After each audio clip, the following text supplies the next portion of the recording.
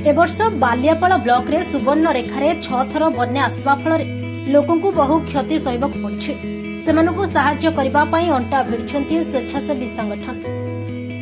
तेबे ही बन्या प्रभावित लोकंकु जलेश्वर अंचलर स्वेच्छासेवी संगठन हेल्पिंग हैंड सालीकोठा पक्षरु सहायतार हाथ बढ़ाइथिबार देखिबाक मिलिछि। बन्या समय लोकंकु सुखिला खाद्य बंटन करी एही हेल्पिंग हैंड्स स्वेच्छासेवी संगठन चर्चाक आसिथिला। पुणी रविवार जामकुंडा पंचायत कालारुई ग्राम में रहुथिबा 2 जण विधवा निराश्रय वृद्धा सरस्वती कमिला और सुकमणि बेहुरा राशन वस्त्र बिछना सामग्री प्रदान करा जायछि।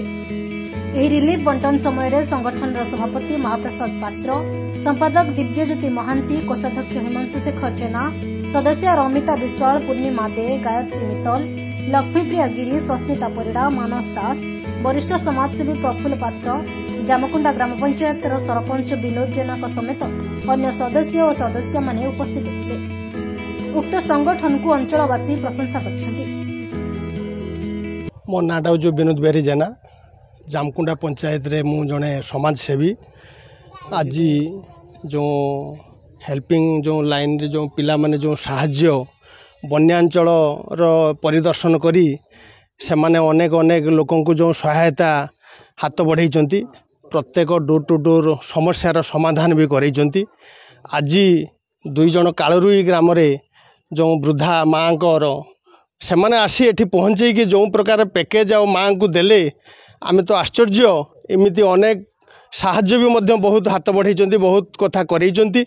मुझे अशेष अशेष धन्यवाद जनाऊँगी।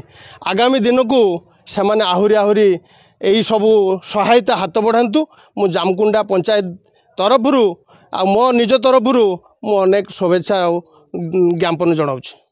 देखो तो हेल्पिंग हैंड सालीकोठा जो सुवर्ण रेखार चलित थर जो बन्या है 6 थर होती से सहयोगर हाथ संपूर्ण बढ़ी। ये नखपाल गाँ जामकुंडा पंचायतर अनेक गाँ को सेमाने आसिक बन्या समय बन्या पानी भितर पशि लोक साहाय्य करते। से 2 जण असहाय वृद्धा लोक को ट्रेस करते। एठी संगठन कर्मी मैंने अच्छा से जरिया विशेषकर जो भौणी रश्मिता आम बालियापाल जन भौणी से सहयोगी हेल्पिंग हैंड परिवार सदस्य जरिया से 2 जण असहाय वृद्धा को ठाब करते सहायता करने आज हेल्पिंग हैंड परिवार समस्त भाई भौणी मैंने पहुँची गाँव में पहुँची घरे पहुँची एवं जो प्रयास करिसेंती साहाय्य हाथ बढ़ी से आम बालियापालवासी तरफ जामकुंडावासी तरफ ये कालरुई गाँ तरफ आम धन्यवाद दौचु। उत्तरोत्तर उन्नति कामना करुँ। से प्रयास ये जारी रहू। आम से बधाई जनाऊँ। उत्तरोत्तर आशीर्वाद कामना करुँ। नमस्कार, मु हेल्पिंग हैंड कैशियर अच्छी हिमांशु शेखर जेना। आम आज आसलु जामकुंडा पंचायत रे 2 जण वृद्धा माँ को सहायता करने किसी राशन सामग्री आनीलु जमती कि बिस्कुट चूड़ा आउ चाउल एमती किसी आसबाबपत्र आनीलु, मशारी आनीलु, तिरपाल आनीलु, साहाय्य कलु। यही कम आगामी दिन में जारी रहिबो। हेल्पिंग हैंड सदा सर्वदा समस्त संगे रही रही। मु ममता विश्वा हेल्पिंग लाइन रो जड़े मेम्बर अच्छे।